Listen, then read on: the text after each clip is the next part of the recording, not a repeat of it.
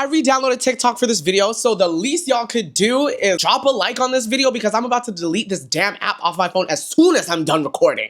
Hey everyone, it's Perry, and welcome to my internet soiree. I post lifestyle content like productivity tips and travel vlogs, and social commentary on pulp culture and media analysis from my point of view. So if that's your zhush, like, comment, and subscribe. It's free. Today, we are going to be exploring the concept of the only child. I can be your partner for the next race.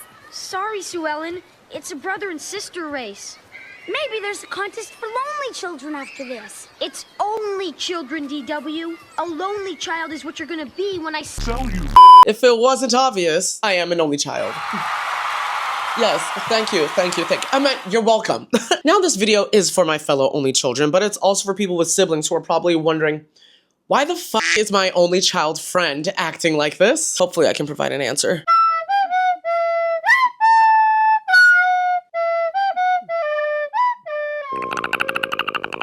Now, to structure this video, I want to tackle some of the discourse. Wait, hold on, pause. Yeah, the discourse, because mind you, we only children are just here minding our business, and yes, of course, we're going to get thrust in the conversation when we don't want to, like per usual. You know you that bitch when you cause all this conversation. Okay, this user posted, growing up an only child can be dangerous. It can really make you not need anybody to stay around. Also can make you so easy to detach. When I tell you the way that I recovered so quickly from like a breakup, the way I will like boo-hoo my eyes out for like maybe a day or two and then I'm just like suddenly fine. And I swear to God, a lot of people are like, I think you should go to therapy, blah, blah, blah. I'm like, no, I'm genuinely fine.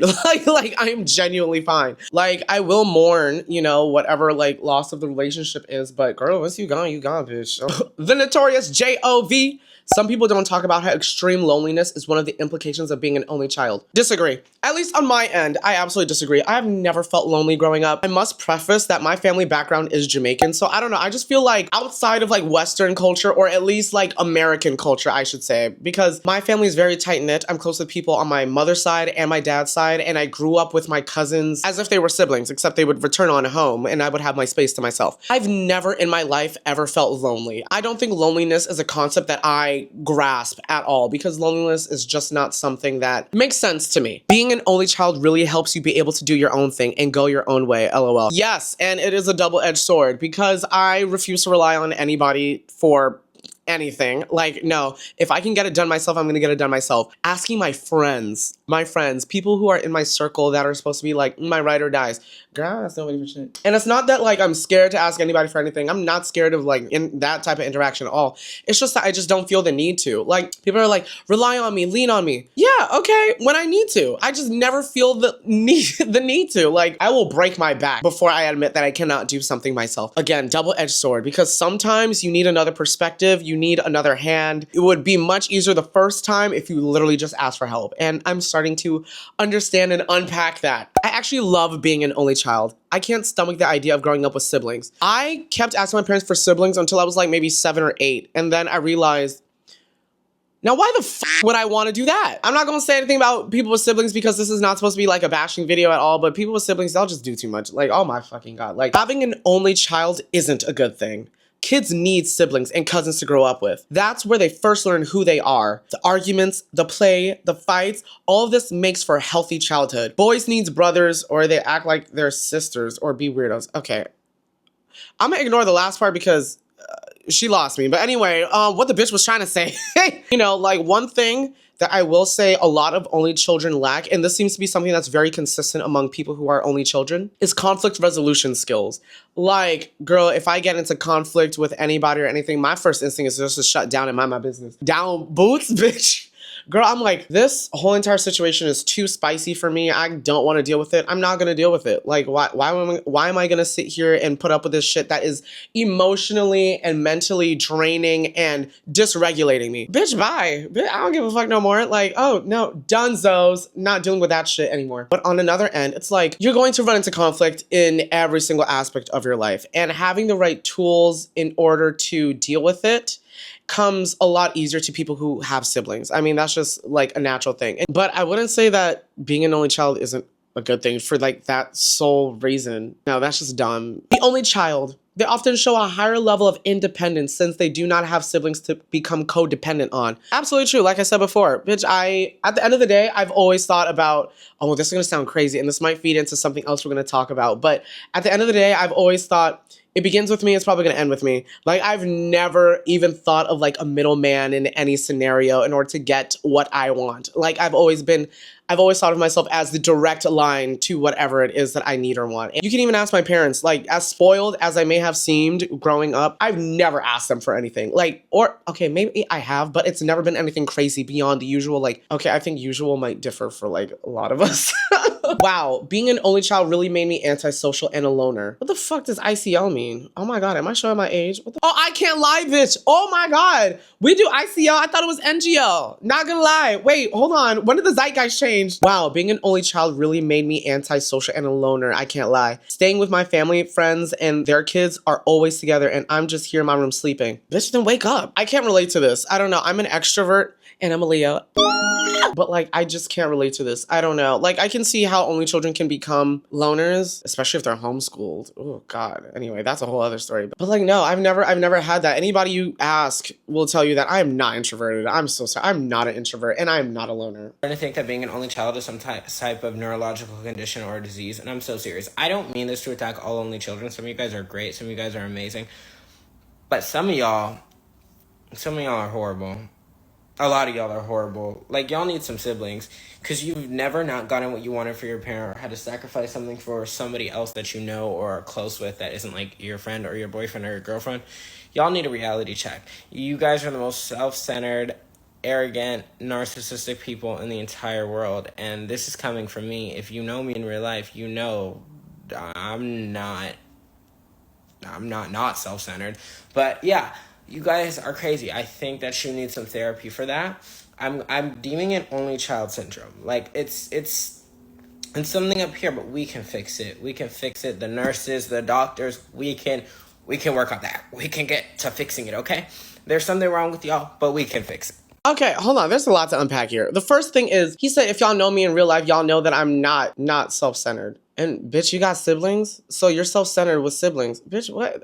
This is just like, that just broke down the whole argument. All right, let's come back. I don't know. I always feel like the whole entire like premise of people with siblings when they try to dog on only children is, y'all have never had to fight for this. Y'all never did that, blah, blah, blah, blah, blah, yeah, yeah. And it's like, what? Like, bitch, what? Okay, hold on. I'm so sorry because like, I'm not pissed off, but I'm kind of like, what the fuck are y'all talking about? Like, in one scenario that I'm running through my head, it's like, you ask your parents to do this, but then that parent is like, oh, I have to delegate like X, Y, and Z resources, whether it's money or time, towards this sibling, right? And it's like, girl, I don't know. That's just a struggle you have to go through. You got siblings, bitch. We don't got siblings. Why do we gotta go through that? Like, usually we're the only ones that our parents are pouring resources into, whether that's quality time, money, or like anything else you could think of. And I mean, that's not our fault. Okay, yeah, it's true. Only children can be really passive-aggressive. But one, we got to acknowledge where that comes from. And then we also got to acknowledge some good things come with that too. So as far as where it comes from, there's the obvious layer. It's like, oh, you don't have a lot of experience with conflict, and so you don't address things head on, and you just do this passive-aggressive BS. But what I feel like that really speaks to is a boundaries issue.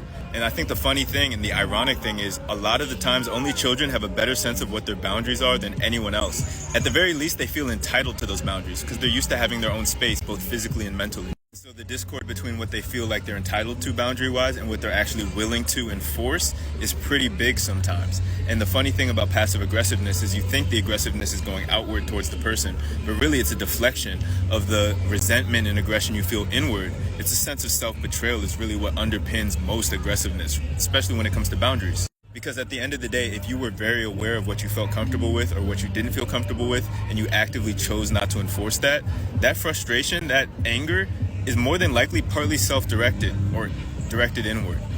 Point is, I think only children are really emotionally sensitive and very aware a lot of the times, and they don't get credit for being that way. It's just there's certain areas where they didn't get to develop in the same way everyone else did, and so that kind of shows in a very obvious way. Okay, holy shit. That was very well said. I don't even know what else to add to that. Yeah, bitch, don't cross my boundaries. There we go. All right, so here's some only child traits Ooh, as an adult only child from an traits. only child. We get a lot of hate, and you know what? That's valid. But let me tell you, being an only child honestly sucks because the first one you're going to be lonely. After 27 years of being an only child... No. Sorry, chop. Never been low. I still don't. No, lonely is not something I can. No. I literally think it's immoral to have only one child. And if I have children, damn. I Okay. require to have at least 2. Jesus. Number 2, Okay, and no one shit. talks about this, your bosses hate you. I actually Your think this is bosses true hate because you. growing up, Why did my boss authority hate just me? plays really differently in the life of an only child because at least in my household, I had a lot more authority than most kids. I didn't necessarily talk back to my parents a lot because I Yeah, didn't need that's to. I true. feel like we kind of would come together Yep, and kind of correct. compromise a lot. And so I'm used to being treated with a lot more Correct, respect and being given a lot more authority over Correct, my own yes. life. So when I'm not able to do that That's with true, bosses, yeah. they get really frustrated because I don't know how to just like blindly follow them because I'm like, well, this isn't right. So let's talk about it. And they don't want to do that. So your bosses are probably going to hate you when you're an Oh. only child. You just have too much authority Oh. in yourself. Whoa, that is not something I've ever ran into in my. Maybe I've just been lucky with all of the places that I've ever worked. I have never dealt with that. I don't know. Usually all of my bosses are adults. So I've never ran into that issue. All right, number 3, you're better at being your therapist than your actual therapist because you've been your own Ooh. therapist your whole life. This You don't is have fact. anybody like any sibling to talk to, any sibling to open up to. So you just have to like kind of deal with your psychology stuff alone. So I know when I went to therapy, there was a point where the therapist was kind of like, yeah. Number 4, you don't owe anybody true. anything. And what I mean by that is I hate owing Yes. people money. I think it is an only child thing because like, again, we're terrible at sharing stuff. Sorta, Like I will kinda. totally own up to that. But also I don't ask anybody for anything because I've never been able to. And it's not necessarily that I hate asking for things. I just feel like I don't need to ask for Yes. things. And so I just don't. Yes, Okay, I number agree. 5, we're narcissistic yet very self-deprecating. okay, And I I don't don't mean know that about like, that part. we're like super narcissistic, but we didn't have a sibling like picking on us, like telling us all how terrible we are and all that sort of stuff. So we had to be self-deprecating on our own. So I just feel like it's just kind of like this combination of humor where it's like I can joke about how much I suck and I can be like, yeah, only children do suck. I'm really fucking annoying. But also I do think I'm the best because there's literally nobody like me. I'm literally one of a kind. That's so special. Number 6 kind of goes into number 2. Like because I feel like there was a more like socialist kind of like environment in the family home.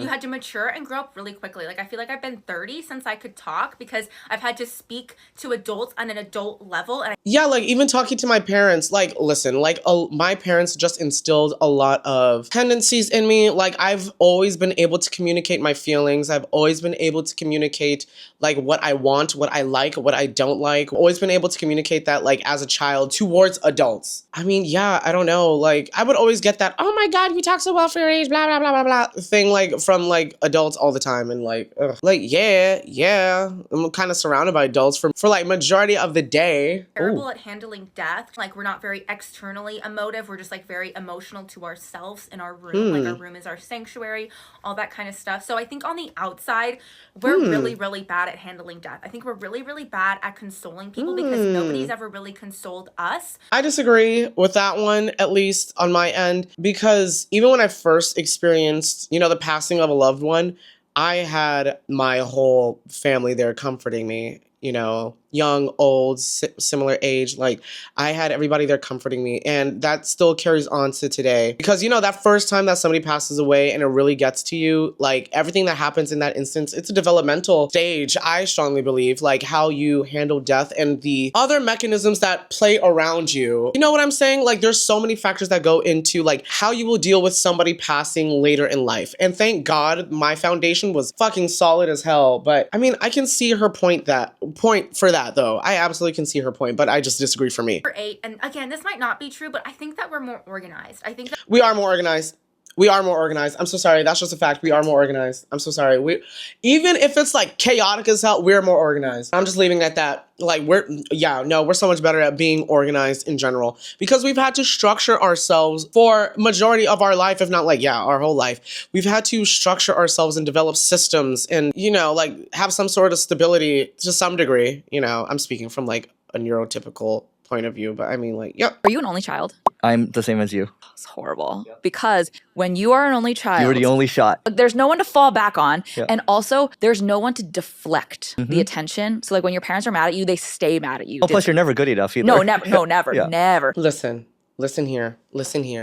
One thing that has always pissed me off is if any shit goes down and she gets crazy, It's always me. It's always me. It's always me. It's always me. It's always me. Like, my parents, okay, love my parents down. Love my parents down. All their attention is always laser focused on me. Like, there's nobody to deflect any of the attention to and say, oh, look, well, BB and Baba, they ran a cat over, or like the neighbor's dog. Oh, why did that come to, why was that the first thing that came to my mind? But like, no, my parents are always like honed in on me. I will say my parents are not helicopter parents, but my parents definitely established a lot of guidelines and rules and boundaries like growing up. They just expected, you know, certain things of me, which like now as an adult, I'm kind of like, you know, it's slay because no shade, some of y'all people with siblings who did not receive a lot of attention from you. Anyway, moving on.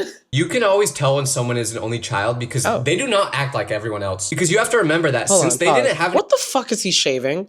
any siblings, they don't have the same trust issues that everyone else has. If you ask someone who's an only child to close their eyes and open their mouth, they'll probably do it, no question. Meanwhile, you couldn't pay me to do that because I remember my brother shoving wasabi in my mouth after he tricked me. But another thing about people who are only childs is they just leave without saying anything. Like if you're hanging out with a group of friends and one of them happens to be an only child, there's a 99% chance that you won't even see them leave. Did they get captured by aliens? Did they get lost in the woods? No one knows because they don't say goodbye. Only children never share the aux. Anything that's theirs, they don't want to share because they didn't have to growing up. This doesn't seem like too big of an issue until your only child friend is playing JoJo Siwa on aux and you start losing your mind. I love people who are only childs though. They're way less needy than everyone else. Can you tell I wasn't one?